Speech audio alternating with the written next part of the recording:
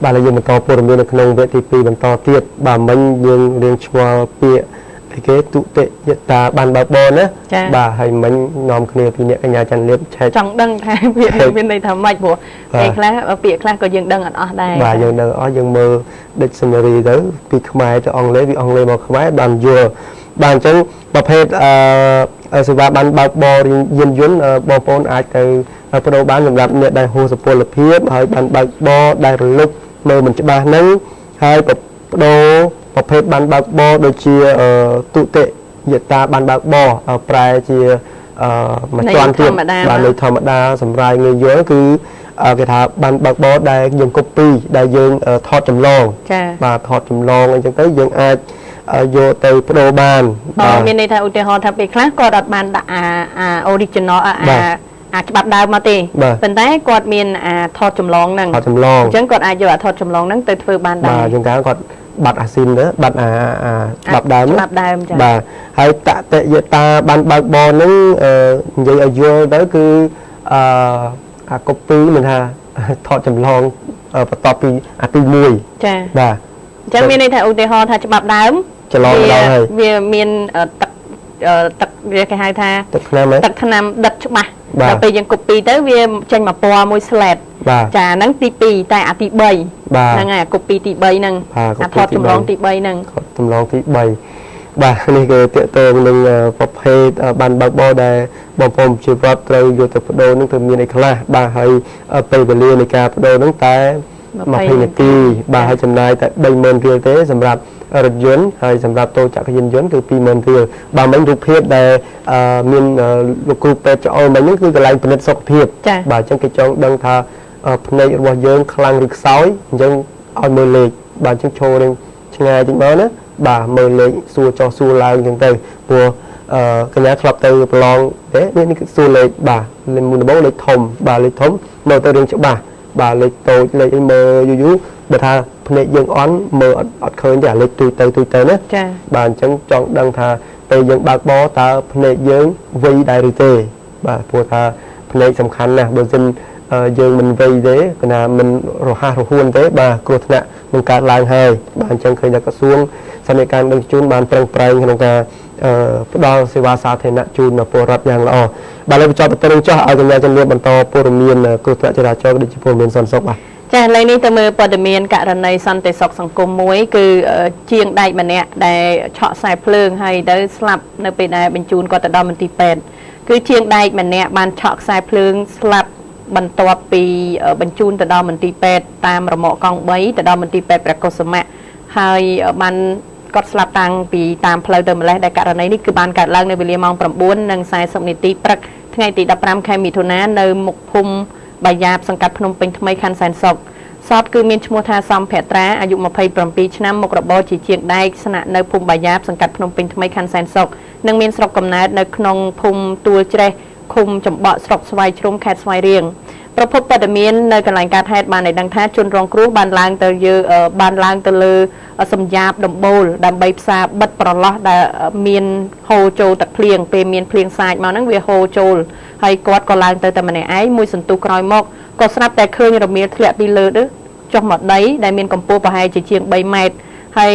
ត្រូវបានបងប្អូនដែលជាសាច់ញាតិហ្នឹងដឹកតាមរមាក់កង់3យកទៅសង្គ្រោះនៅមន្ទីរពេទ្យព្រះកុសុមៈប៉ុន្តែជាអកុសលនៅពេលដែលទៅដល់មន្ទីរពេទ្យត្រូវបានក្រុមគ្រូពេទ្យប្រាប់ថាស្លាប់បាត់ទៅហើយករណីនេះដែរខាងក្រុមគ្រួសារក៏មិនបានទៅដាក់ពាក្យប្តឹងអីដែរគឺយកសពរបស់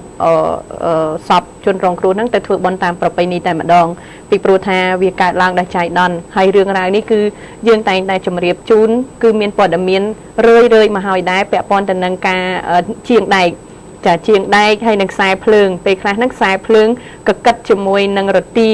ដែលឡើងទៅធ្វើសំណង់ហ្នឹងហើយវារបើកអាខ្សែភ្លើងហ្នឹងគាត់ប៉ះទៅបណ្ដាឲ្យគាត់ឆក់ស្លាប់ក៏មានករណីភ្លើងខ្សែភ្លើងឆក់ហ្នឹងគឺកើតឡើងច្រើនណាស់អញ្ចឹងសូមឲ្យប្រជាពលរដ្ឋទាំងអស់ត្រូវមានការប្រុងប្រយ័ត្នឲ្យបានខ្ពស់ បាទនិយាយទៅការធ្វើប្រហែលវាជារឿងមួយហើយតែទៅនឹងខ្សែភ្លើងមានដំណឬក៏ខ្សែភ្លើងនឹងម្ចាស់ឬក៏ពេលយើងផ្សារទៅយើងមិនបានប្រុងប្រយ័ត្នគឺជា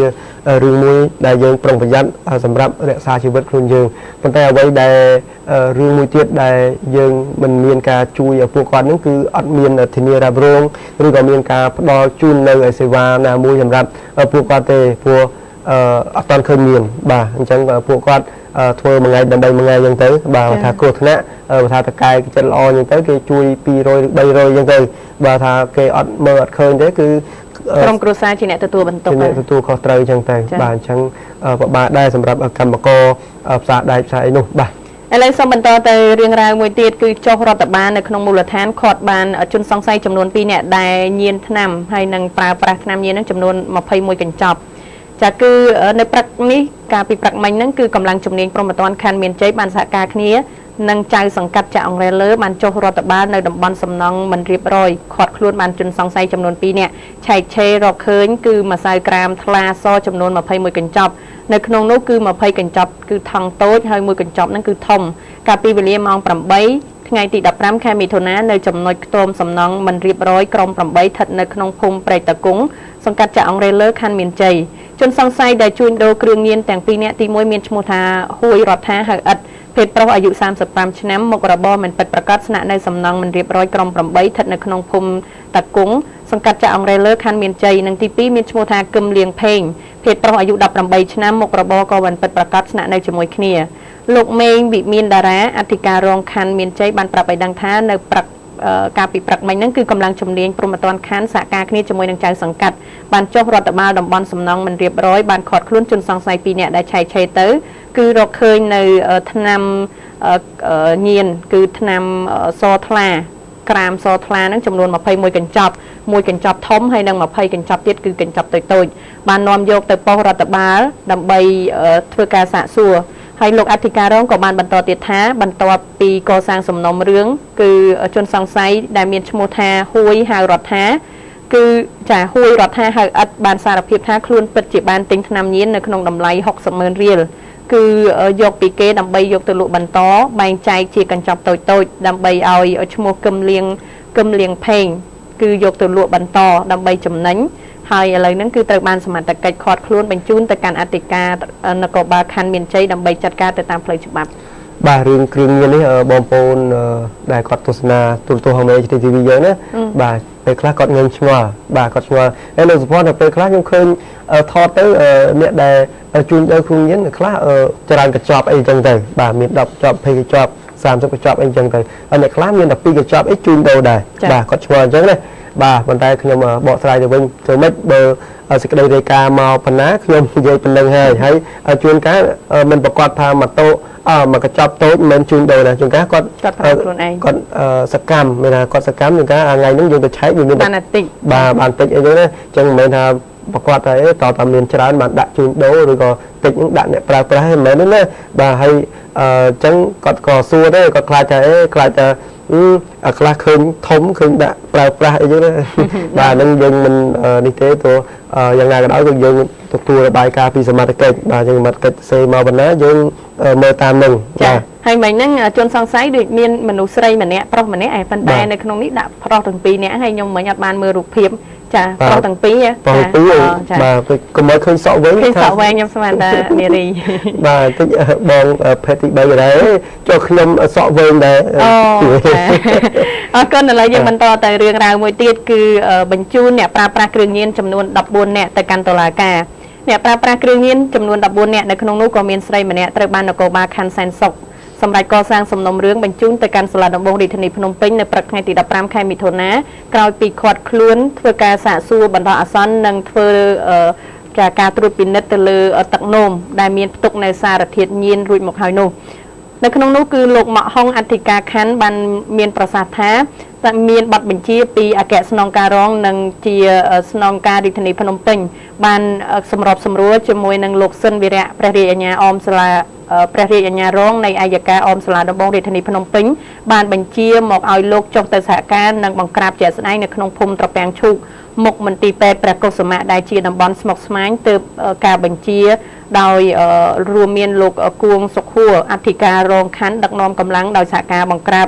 ដោយភ្លៀងរលឹមក៏បានឃាត់ខ្លួនគឺយុវជនដែលញៀនថ្នាំចារហូតដល់ទៅ14នាក់ចាឲ្យបើតាមសម្ដីរបស់លោកគួកសុខហួរអធិការរងខណ្ឌសែនសុខផ្នែកព្រហ្មទណ្ឌបានប្រាប់ឲ្យដឹងថានៅក្នុងចំណោមអ្នកប្រើប្រាស់ទាំង14នាក់ដែលសមត្ថកិច្ចបង្ក្រាបបានក្រោយពីសាកសួរនិងធ្វើការត្រួតពិនិត្យលើទឹកនោមរួចក៏រកឃើញថាចាមានម្នាក់ដែលគាត់មិនផ្ទុកនៅសារធាតុញៀនហើយបានទំនាក់ទំនងឲ្យក្រុមគ្រួសារមកធានាខ្លួនត្រឡប់ទៅផ្ទះវិញនិង14នាក់ទៀតគឺត្រូវបានបញ្ជូនទៅកាន់រាជធានីសាលារាជធានីភ្នំពេញដើម្បីចាត់ការទៅតាមនីតិវិធីចាករណីនៅឯខាងតំបន់ស្មុគស្មាញហ្នឹងឃើញថាសមត្ថកិច្ចចុះទៅបង្ក្រាបជាបន្តបន្ទាប់ដែរប៉ុន្តែមិនទាន់អស់នៅឡើយទេបាទនៅខាងណាខាងត្រពាំងឈូកបាទត្រពាំងឈូកហ្នឹងឃើញថាថ្ងៃមុនឃើញពលរដ្ឋគាត់ទៅមកដែរគាត់ថាមានអ្នកខ្លះឈរចាំមាត់ផ្លូវមកថាបងត្រូវការអត់បាទមានអញ្ចឹងទៀតណាបាទអញ្ចឹងគាត់ជឿថាព្រួយបារម្ភពីសន្តិសុខ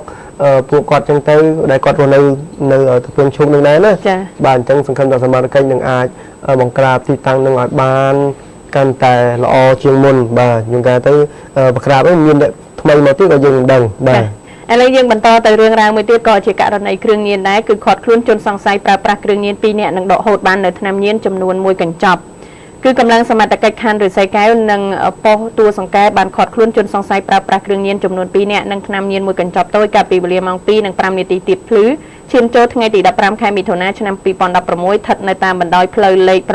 907នៅចំណុចមុខផ្ទះគ្មានលេខក្រុមទី16ភូមិតួសង្កែសង្កាត់តួសង្កែខណ្ឌឫស្សីកែវជនសង្ស័យដែលឃាត់ខ្លួនគឺទាំងពីរនាក់ទី1មានឈ្មោះថាពើតសុខាភេទប្រុសអាយុ29ឆ្នាំមុខរបរមិនពិតប្រាកដស្នាក់នៅភូមិត្រពាំងថ្លុងចាសង្កាត់ក្រាំងធ្នងខណ្ឌសែនសុខនិងមានស្រុកកំណើតនៅឯខាងខេត្តព្រៃវែងចំណែកឯទី2មានឈ្មោះថាជុនសុកជាងចាភេទប្រុសអាយុ23ឆ្នាំមុខរបរក៏មិនពិតប្រាកដស្នាក់នៅសង្កាត់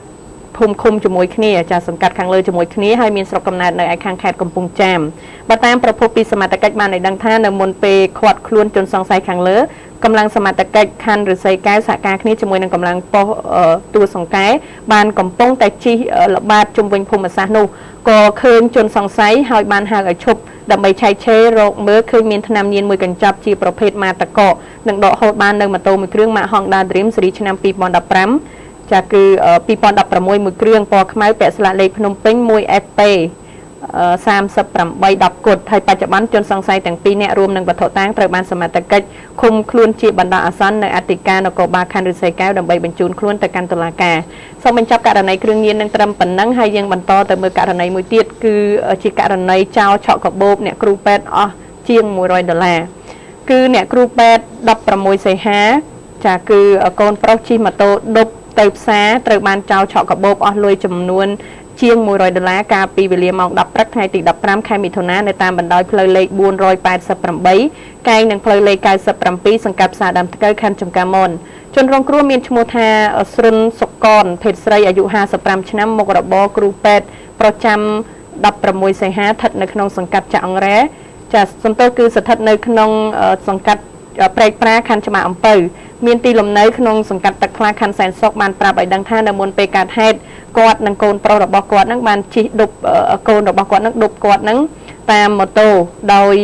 គោលបំណងនឹងគឺទៅផ្សារដើម្បីទិញម្ហូបធ្វើដំណើរទៅដល់ចំណុចផ្លូវកែងក៏ស្រាប់តែមានជនសង្ស័យ2នាក់បានជិះម៉ូតូម៉ាក Honda Dream ពណ៌ខ្មៅ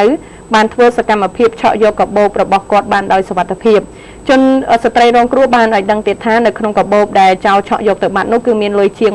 $100និងទូរស័ព្ទដៃម៉ាក Nokia ចំនួន2គ្រឿងហើយនឹងកាត ATM មួយសន្លឹកផងដែរហើយក្រោយពេលកើតហេតុជនរងគ្រោះបានទៅដាក់ពាក្យបណ្ដឹងគឺនៅអធិការខណ្ឌចំការមនតែសមត្ថកិច្ចនាំចាសមត្ថកិច្ចសួរនាំទៅទើបប្រាប់ថាឲ្យទៅដាក់ពាក្យបណ្ដឹងនៅនគរបាលប៉ុស្តិ៍ផ្សារដើមថ្កូវដើម្បីឲ្យជួយអន្តរាគមន៍ទៅវិញចាបាទអញ្ចឹងអ្នកគ្រូពេទ្យផងណាជាគេឆក់អស់$100អញ្ចឹងទៅបាទអញ្ចឹងតើយើងប្រយ័ត្នប្រយែងរឿងកាបូបយើងដាក់លាក់ទៅបាទបើថាម៉ូតូ Airblade ហ្នឹង Airblade ប្រអប់វាធំណាបាទដាក់ក្នុងនឹងកន្លែងកាបូបហ្នឹងខ្ញុំ នៅពេលដែលខ្ញុំបានមើលព័ត៌មានច្រើនអានព័ត៌មានច្រើនទៅខ្ញុំឃើញការធ្វើដំណើរទៅលើដងផ្លូវមួយហ្នឹងខ្ញុំឃើញមិត្តនារីភាគច្រើនគាត់រៀងមានការធ្វើប្រហែសអញ្ចឹងទេក៏សុំជាការជម្រាបជូនក៏ជាការដាស់តឿនឬក៏ក្រើនរំលឹកពេលខ្លះយើងភ្លេចគាត់ស្ពាយកាបូបរបស់គាត់ហ្នឹងពេលខ្លះប្រហែលជាគាត់គិតថាស្ពាយទៅគាត់មិនបានប្រុងប្រយ័ត្នថាវាមិនអីគាត់ស្ពាយតែមកចំហៀងមកទេគាត់អត់បានពាក់មកចេះទេហើយគាត់ជិះម៉ូតូទៅធម្មតាអាហ្នឹងករណីថាអត់មានការឆក់ឬក៏ការប្លន់នៃខ្ញុំវាអត់កើតឡើងណាប៉ុន្តែភាគច្រើនដែលយើងជម្រាបជូននៅព័ត៌មានភាគច្រើនគឺឆក់កាបូបនារីដែលគាត់ជិះម៉ូតូអញ្ចឹងបើសិនបើយើងជិះម៉ូតូហើយកាបូបគឺយើងដាក់ស្ពាយឲ្យបានស្រួលបួលហើយយើងមានអាវអីក្រោបពីលើអញ្ចឹងទៅដើម្បីជាការទទួលបាននូវសុវត្ថិភាពពេលខ្លះលើកហ្នឹងយើងមិនត្រូវបានគេឆក់ប៉ុន្តែអាចនឹងថ្ងៃក្រោយវាមានគេជិះមកឃើញអញ្ចឹងវាដូចសម្ញែងពេកពេលគាត់អាចគិតថាអញ្ចឹងដែរព្រោះអីគាត់ស្ពាយមកចំហៀងអញ្ចឹងហើយកាបូបគាត់សិតតែសេរីម៉ាកល្បីអីដែរអញ្ចឹងចេះតែព្រួយបារម្ភជំនួសគាត់អញ្ចឹងទេសូមឲ្យមានការប្រុងប្រយ័ត្នថ្ងៃនឹងមិនបាត់ប៉ុន្តែអាចថ្ងៃក្រោយគេឃើញគេនឹងឆក់ឲ្យបាទព្រោះគ្មានអ្វីវាទៀងទាត់ទេចាវាតែតែកើតឡើងហើយបាទអញ្ចឹងបើថាយើងចង់ស្ពាយយើងរកកន្លែងណារកកន្លែងណាមិនបើថាយើងជិះតាមផ្លូវចាអត់ទេបើស្ពាយឲ្យដាក់វគ្គឈាមចូលមកក្នុងអញ្ចឹងទៅអាហ្នឹងវាមិនអីបើថាចោលឆក់ក៏ឆក់ទៅទាំងខ្លួនដែរតែប៉ុន្តែបើដាក់ចំហៀងចេះវាដូចជាធ្វើប្រហែសពេកត្រូវប្រយ័ត្នបើថាឆក់មកទាំងខ្លួនខ្ញុំរត់ឆក់អីចាអរគុណចឹងការជម្រាបជូនព័ត៌មាននៅក្នុងវគ្គនេះយើងខ្ញុំសូមសម្រាប់បន្តិចសិនវគ្គក្រោយនឹងជម្រាបជូនជាបន្តទៀត